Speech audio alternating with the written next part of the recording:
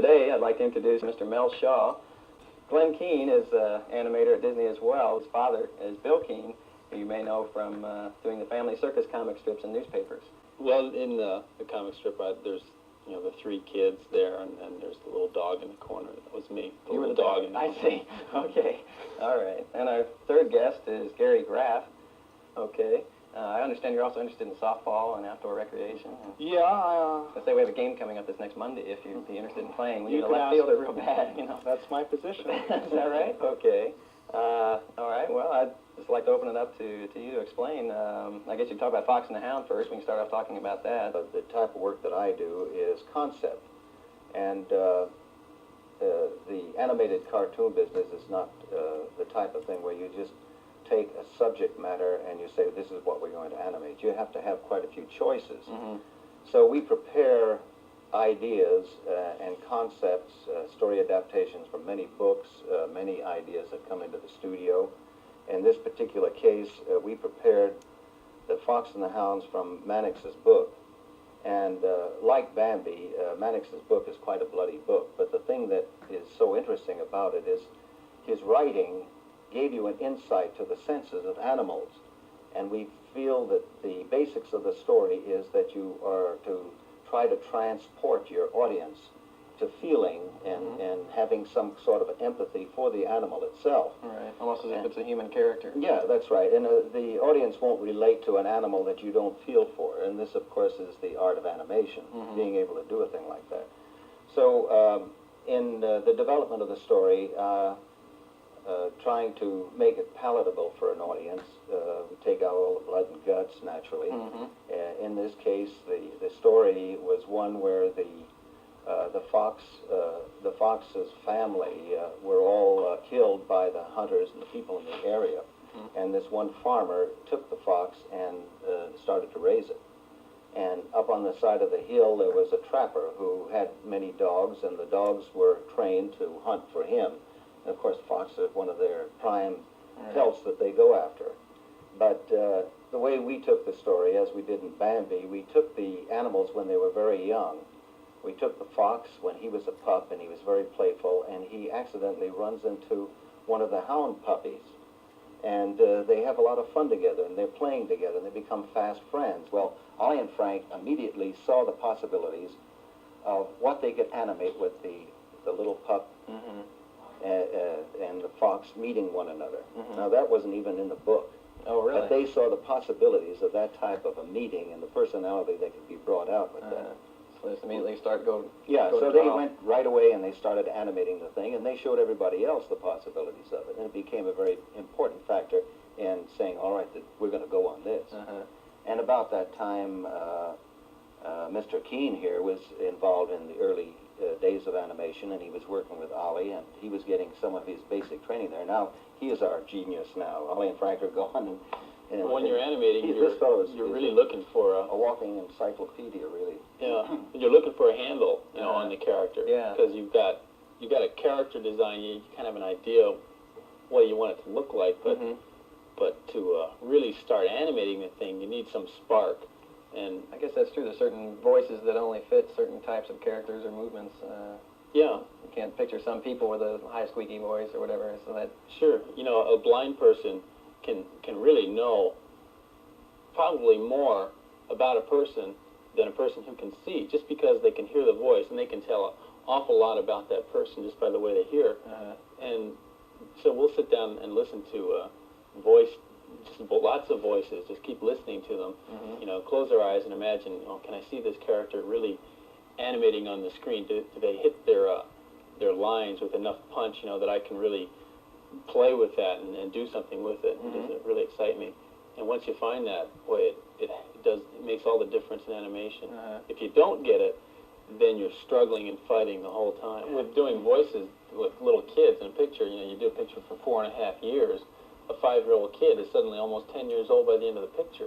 That's right. So you have to try to get those recordings at the beginning. Oh. Now, for the case of Rescuers, the guy who did Snoops, Joe Flynn, died. That's right. I remember that. Beginning of the picture, and they recorded enough dialogue to get them into it, where they couldn't get out of having that character, and they considered having Rich Little come in and do voices, but it just wouldn't have the same realism. Right. And how did they get out of that? well, we had several scenes in there where we'd just taken little bits from different tracks and put them together and used it that way. You mean sentences, different words? Yeah, different words. You made him say different sentences, but yeah, that's incredible. and then some things we just did without, pantomime, where he didn't have dialogue. Oh, and also tried to cut him out of most of the picture where we didn't need him, we didn't use him. I noticed there's been a big fall off of, the 40s or 50s, there was like 5 movies in each of those decades, animated films, and in the 60s there were 3, and I think in the 70s there were 3. Is there a effort now going on to try to increase the output of animated? I know you got Fox and the Hound and the Black Cauldron already for the 80s. Is there an effort to try to get it back up to 5 or 6 movies in a decade? Or? Yeah, we're trying to build our staff now to a point where we'll be able to put out a feature every 2 years, where you would be having two groups working on a picture at the same time. 2 features going on at the same time. So we need more people to do that, obviously, but that's the intentions of our staff now. And in those days, how many people did they have working, Mel, when you guys were doing We had approximately 2,000 people working there, trainees and everything else. This was in the early days? Just animation. The studio was built just around animation. Mel, tell your comparison story. The story is that in the 30s we had 2,000 animators and about 50 bookkeepers. Now we have 2,000 bookkeepers and about 50 artists. I might mention, you were there in what, early 30s, late 30s? 37 is when I started there. I started in the business about 1932 when I was 16. But that was with Looney Tunes. They were just starting then. Oh, is that right? All of the people we were talking about, they were all from Kansas City here. Because the ones who started Looney Tunes, they always used to tell me about Swole Park and everything that went around here, and they worked at the Kansas City Film Ad, places like that. And they all came out with Walt about the same time, and then they split off and decided to get their own contract. Oh, I see. Same thing with Abai Works later on, and then he came back. So you were with them through Snow White and... No, I wasn't there at Snow White. Snow White had just been previewed. Okay. Well, you did help on Fantasia. Yeah, I started on Fantasia, and then it wasn't Fantasia then, it was a group of shorts. Classical shorts. And then we got together with Story Meetings and decided to put them all together and make a concert program out of it. And then we got Stokowski and so forth, and then it started to have the stature. Just a superb film. I just really love seeing it. One of the things I like to mention in particular at that time, how innovative Walt was in the picture itself, is that most people don't realize it, but when Fantasia came out, there was no such a thing as stereo sound. Frank and Ollie were saying something about that. There was a 7-track sound system. We had to rent the theaters. That's why it never got much of distribution in those days. We'd rent the theater, put in our own sound system, and then it had to be shown with 7 tracks, separate tracks, to get that sound effect. But now everybody has stereo. You even have it in your automobiles. Your little radio sets all have stereo. Sure, that 1940, wasn't it, when Fantasia came out? It was So just barely getting into color film then, I think, weren't they? Yeah, it was very innovative at the time. But I think basically the philosophy of the studio is that you have to do classic type of animation, and you have to go all out to make sure that what you're doing is forever. And the attitude has to be there. It's not something that just snap it out like. The first clip is the dog in the log with the fox above it when they're just pups, and you say Frank and Ollie did the animation on this, right? They did, yeah. Frank did most of the stuff on this part in here. Okay, all right, let's take a look at this. Let's see how we do it.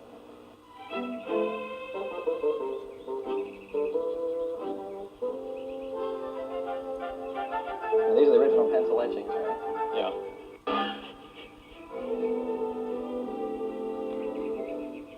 What you smell? I'm on the trail, so. Trail what? I don't know yet. Why, it's you.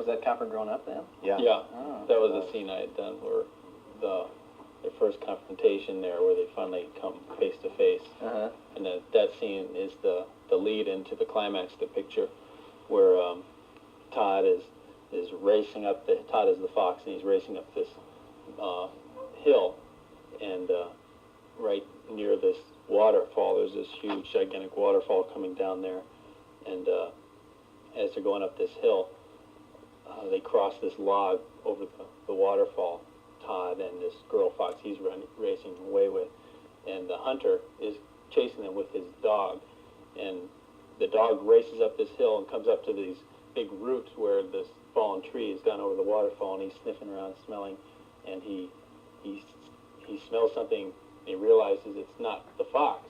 And then there's this huge 9 million foot grizzly that stands up there, and then, well, you'll see some of that part take place Yeah, there. that's in the next clip. Yeah. Well, maybe you can show us, this is, what, 99 pages of... Yeah, these are a few drawings of... Now, these individual frames that you drew? Yeah. Now, this is about 4 seconds worth of film time, and this is why it takes us so many years to do a picture. It took us 4.5 years to do the Make fox sure we and got hound. a shot on that? Yeah, I'm gonna Okay. try to get it for your camera here. Okay. I You're don't know going to be about on this that. camera here. Okay, well. Now, this is I 4 got seconds it. of film, right? I'm down like this. Can you see it all right, Mark? I'll flip it for the audience. Okay. The fox comes up the next to bear and then bites his ear, Oh, that's just incredible. pulls him back. 24 of those drawings a second is what you're saying. I can't believe that. Now, you have to draw each one of those separately? Every movement?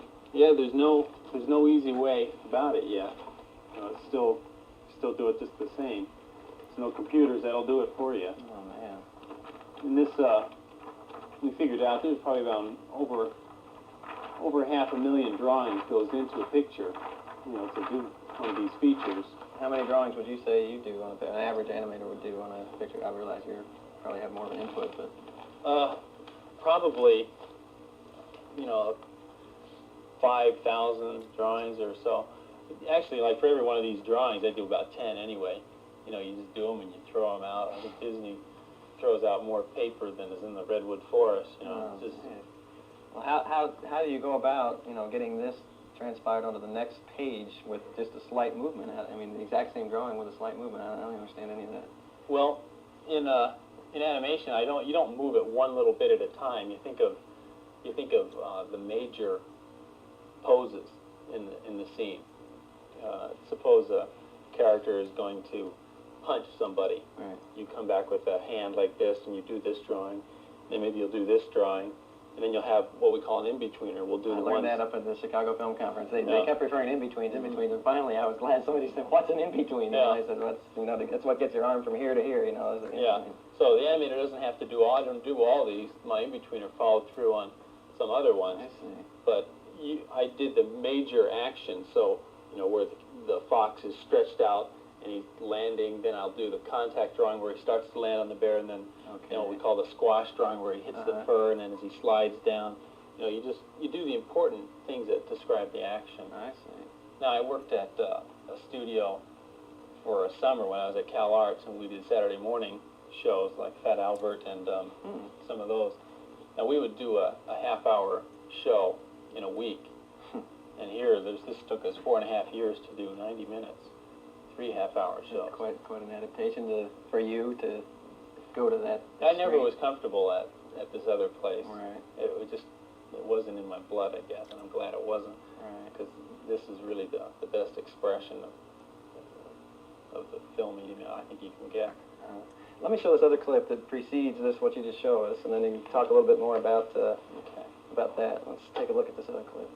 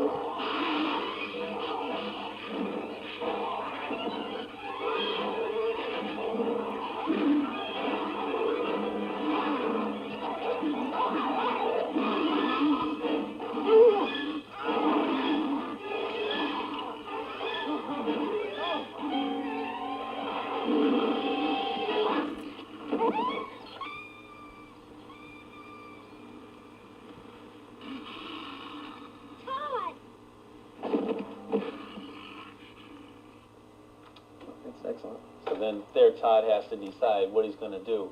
Go with this girl fox or go back and help his friend. And then this is the scene where the audience first sees he makes that decision where he comes and lands on the bear's back. And then he fights the bear, and the bear becomes so enraged at this fox. They fight up this hill, and the fox goes across, gets knocked out onto this log, and the bear comes out there onto the log.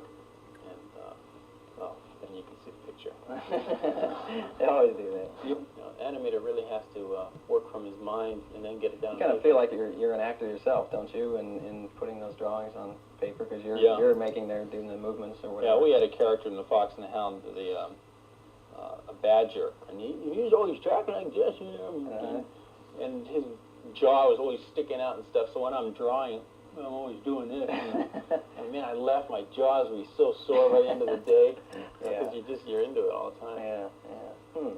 There's one quick question I wanted to ask you about the color. Now, do you only work with pencil and do all these drawings or whatever you use there? You never see color? The color is added completely later? Yeah, I don't have anything to do with the color, the ink and paint on the thing. Mel, at the beginning of a picture, sets up the look of the picture in terms of color. Like in The Fox and the Hound, he was what you would call our color stylist for the picture. But I don't deal with that. I just deal with pencil. You do that, and then they film the entire thing or sequences in what you've done, and then they add the color over later after it's all been filmed, like we saw here. Well, they'll take one of these drawings and they'll Xerox it onto a same sheet of paper, except it's not paper; it's clear celluloid, as you know. And then it's done on Xerox line, and then they'll paint the back of it, and that's how you get your color. And then they'll put that on top of a background every new frame for every frame. That method of Xerox is relatively new for animation, isn't it? Yeah. The Pinocchio and Fantasia, you didn't have any. No, we had inkers that used to trace the lines.